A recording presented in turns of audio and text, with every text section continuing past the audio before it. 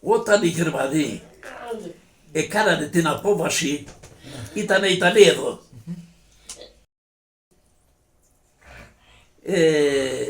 Εμείς, εγώ και ο αδερφός μου,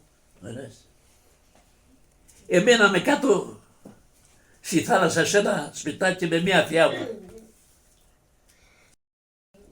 Και την ώρα που πετούσαν από τη θάλασσα κάποια αποβατικά, χτυπούσανε κιόλας με κάτι σφαίρες, πώς είναι με τις φωτεινές. Λοιπόν, μόλις άκουσε το θόρυβο και αυτό η θεία μου, μας εξύπνησε και μας πήρε από εκεί, μας έβαλε σε κάποιο μέρος εκεί που ήταν και κάποιοι άλλοι εκεί κρυμμένοι και περιμέναμε την άλλη μέρα. Την άλλη μέρα μας έστειλε στο χωριό και αυτή και ξαναγύρισε πάλι κάτω. Ερχόμενοι στο χωριό έβλεπαμε τους Γερμανούς που ερχότανε κατά ομάδες 10-10 από εδώ, 10-10 από την άλλη μεριά του δρόμου και περνούσανε. Μόλις τους είδαμε, εμείς κρυφτήκαμε σε ένα δέντρο, περάσαν αυτοί και ήρθαμε στο σπίτι. Εν τω μεταξύ είχε αρχίσει και η απόβαση στον Αγιώργη των Αργυράδων, που έγινε η κεντρική αυτή ας πούμε, αλλά μετέπειτα έγινε και στις Αλικές μια απόβαση.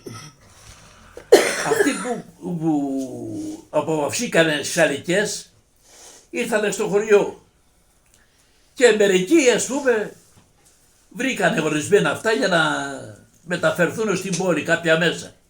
Κάρα δηλαδή την εποχή κοινότητας. Εδώ αυτό ο πατέρα μου είχε ένα κάρο, αλλά είχε βγάλει τις ρόδες και αυτοί μόλις το είδαν και το μεταξύ είχαν φέρει κάτι χόρτα και αυτά και ξαπλήσανε στο πεζοδρόμιο και κοιμότανε. Σε κάποια στιγμή όμως που έπρεπε να φύγουνε, χτυπήσανε την πόρτα. Ήτανε μια αληθιά μου εδώ και κάτι της λέγανε, φαίνεται ζητάγανε κάποια αυτά του αλόγου που βάζανε στο κάρο. Τα φουρναμέντα τα λέγαμε. Δεν ήξερε, τους έλεγε, τελικά ξέρω εγώ τέλος πάντων κάποια πόρτα ήταν εκεί πέρα, την ανοίξανε, είδανε που ήταν κρεμασμένα εκεί και τα πήραν. Και ζητάγανε τώρα άλογο, πού να βρουν άλογο. Τέλος πάντων, γυρίζαν από εδώ, γυρίζαν από εκεί, γυρίζανε πίσω εδώ πέρα, βρήκανε το άλογο. Και το πήρανε.